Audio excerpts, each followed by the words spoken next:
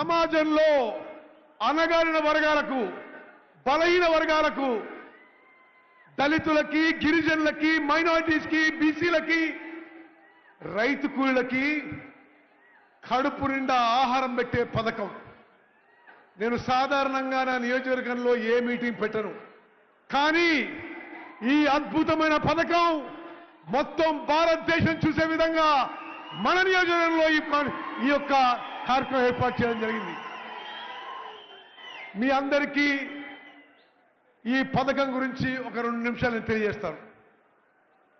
స్వతంత్ర భారతదేశంలో ఏ రాష్ట్రంలో కూడా ఈ విధంగా మంచి క్వాలిటీ సన్న బియ్యం 80 నుంచి 85%కి ఉచితంగా వచ్చే పథకం ఏ రాష్ట్రంలో కూడా అమలు కాలేదనే విషయం కూడా నేను మనం చేస్తున్నా.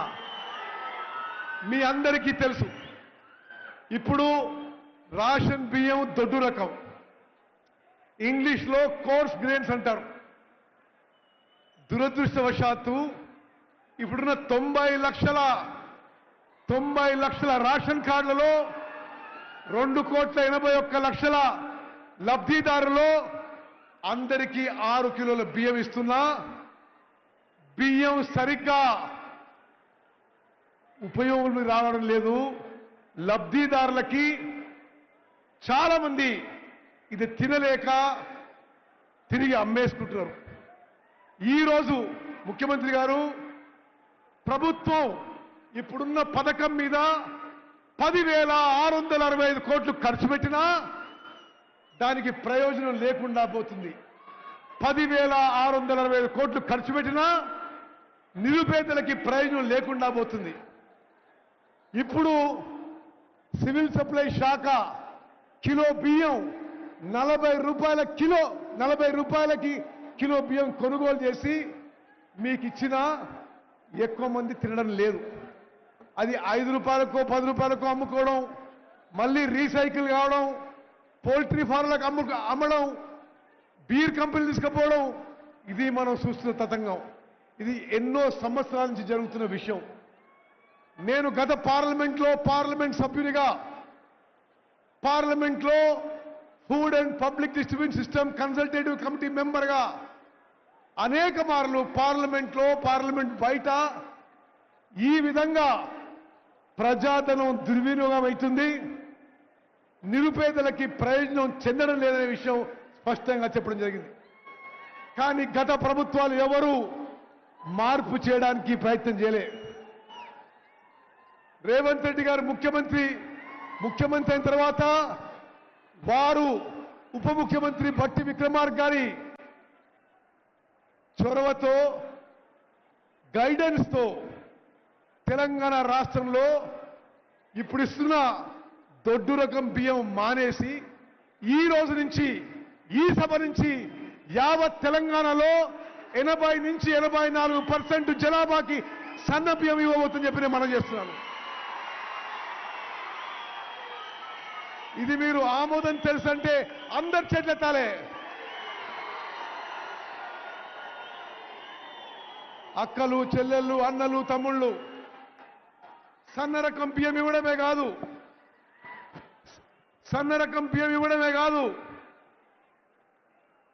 10 ఏళ్ల పాటు గత ప్రభుత్వంలో ఉన్న పెద్ద మనుషులు రేషన్ కార్డులు కూడా నామమాత్రంగా ఇవ్వడం జరిగింది. ఎక్కడో అక్కడ ఉప ఎన్నిక జరిగితే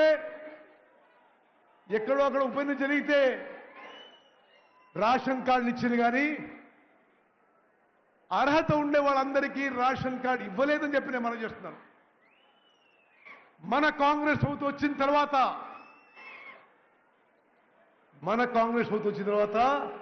అర్హులందరికీ రేషన్ కార్డు ఇవ్వబోతున్న విషయం నేను మరోమారు మనం చేస్తున్నా. ఇదొక నిరంతర ప్రక్రియ. తెలంగాణలో అర్హత ఉన్న వాళ్ళందరికీ కూడా రేషన్ కార్డు ఇవ్వబోతున్నాము. బిలో పవర్టీ లైన్ కుటుంబాలకి, దారిద్ర్య రేఖ దిగులున్న వాళ్ళకి గతంలో తెల్ల కార్డుండే, మన ప్రభుత్వంలో 3 రంగుల కార్డు ఇవ్వబోతున్నాము. అబౌవ్ పావర్టీ లైన్ ఉన్న వాళ్ళకి అబౌవ్ పావర్టీ ఉన్న వాళ్ళకి దారిద్ర్య రేఖకి ఎగువ ఉన్న వాళ్ళకి గతంలో గులాబీ కార్డు ఉండే ఇప్పుడు మనం గ్రీన్ కార్డ్ ఆకుపచ్చ కార్డు ఇవ్వబోతుందని చెప్పి నేను మనం చేస్తున్నాను. అక్కలు చెల్లెళ్ళు అన్నలు తమ్ముళ్ళు ఇదొక చారిత్రాత్మక ఘట్టం, ఇదొక విప్లవాత్మక మార్పు. యావత్ సమాజంలో అణగారిన వర్గాలకి బలహీన వర్గాలకి పేదవారికి ఒక గొప్ప మార్పు తీసుకొచ్చే మరి ఘటన ఇది. రేపటి నుంచి యావత్ తెలంగాణలో రేషన్ కార్డ్ అర్హత ఉండే వాళ్ళందరికీ 6 కిలోలు ఉచితంగా సన్నబియ్యం ఇవ్వబోతుందని చెప్పి నేను మనవి చేస్తున్నాను. మిత్రులారా, ఈ గొప్ప కార్యక్రమం మన గడ్డ మీద మన నేల మీద ప్రారంభం కావడం మన అదృష్టంగా భావిస్తున్నాం. యావత్ భారతదేశంలో ఏ రాష్ట్రంలో ఈ విధంగా జరగడం లేదు. మన అమ్మ సోనియా గాంధీ గారు కన్న కలలు నెరవేర్చబోతున్నాము. ఆహార భద్రత చట్టం వారు తీసుకొచ్చారు. ఈ రోజు మనం తీసుకొచ్చిన సన్న బియ్యం కార్యక్రమంతో ఆహార భద్రత విషయంలో నిజమైన ఆహార భద్రత, నిజమైన ఫుడ్ సెక్యూరిటీ ఈ రోజు తెలంగాణలో కాంగ్రెస్ ప్రభుత్వం మరి అందరికీ భద్రత ఇవ్వబోతుందని చెప్పి మనం చేస్తున్నాం. మిత్రులారా, ఈ విషయంలో కొన్ని మరి మీరందరూ కూడా ముఖ్యమంత్రి గారు వచ్చిన అదులకు మనం చేయాలి.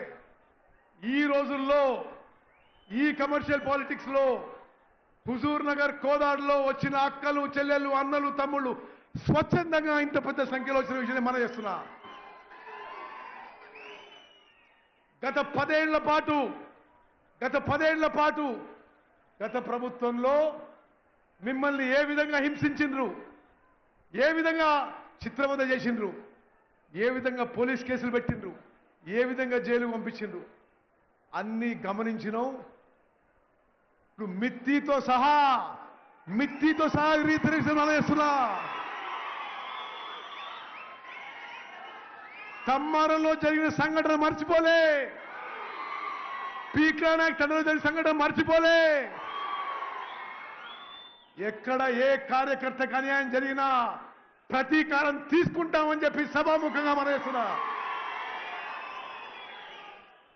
మిత్రులారా, మీ అందరి తరఫున నేను సవినయంగా మన గౌరవ ముఖ్యమంత్రి గారిని 1-2 విషయాలు కోరుతున్నా. ముఖ్యమంత్రి గారు, ఇప్పుడు తెలంగాణలో అన్ని ఉమ్మడి జిల్లాల్లో అగ్రికల్చర్ కాలేజ్ ఉంది. మీరు దయచేసి హుజూర్ నగర్ నియోజకవర్గానికి ఒక అగ్రికల్చర్ కాలేజ్ మంజూరు చేయాలని చెప్పి మీకు మనవి చేస్తున్నా. అదేవిధంగా సూర్యాపేట జిల్లాకి ఒక జవహర్ నవోదయ విద్యాలయ మంజూరైంది. కోదాడులో మరి మేము స్థలం చూసినాం. మరి కోదాడు నియోజకవర్గానికి జవహర్ నవోదయ విద్యాలయం మంజూరు చేయాలని చెప్పి మిమ్మల్ని సవినయంగా విజ్ఞప్తి చేస్తున్నా. అక్కలు చెల్లెళ్ళు అన్నలు తమ్ముళ్ళు మీరు చాలా దూరం నుంచి వచ్చారు. మిమ్మల్ని ఎక్కువ సమయం నేను మీ ఓపిక పరీక్ష చేయించుకోలేదు. మీ అందరికీ నేను పద్మావతి గారు ఈ జీవితకాలం రుణపడుతాము.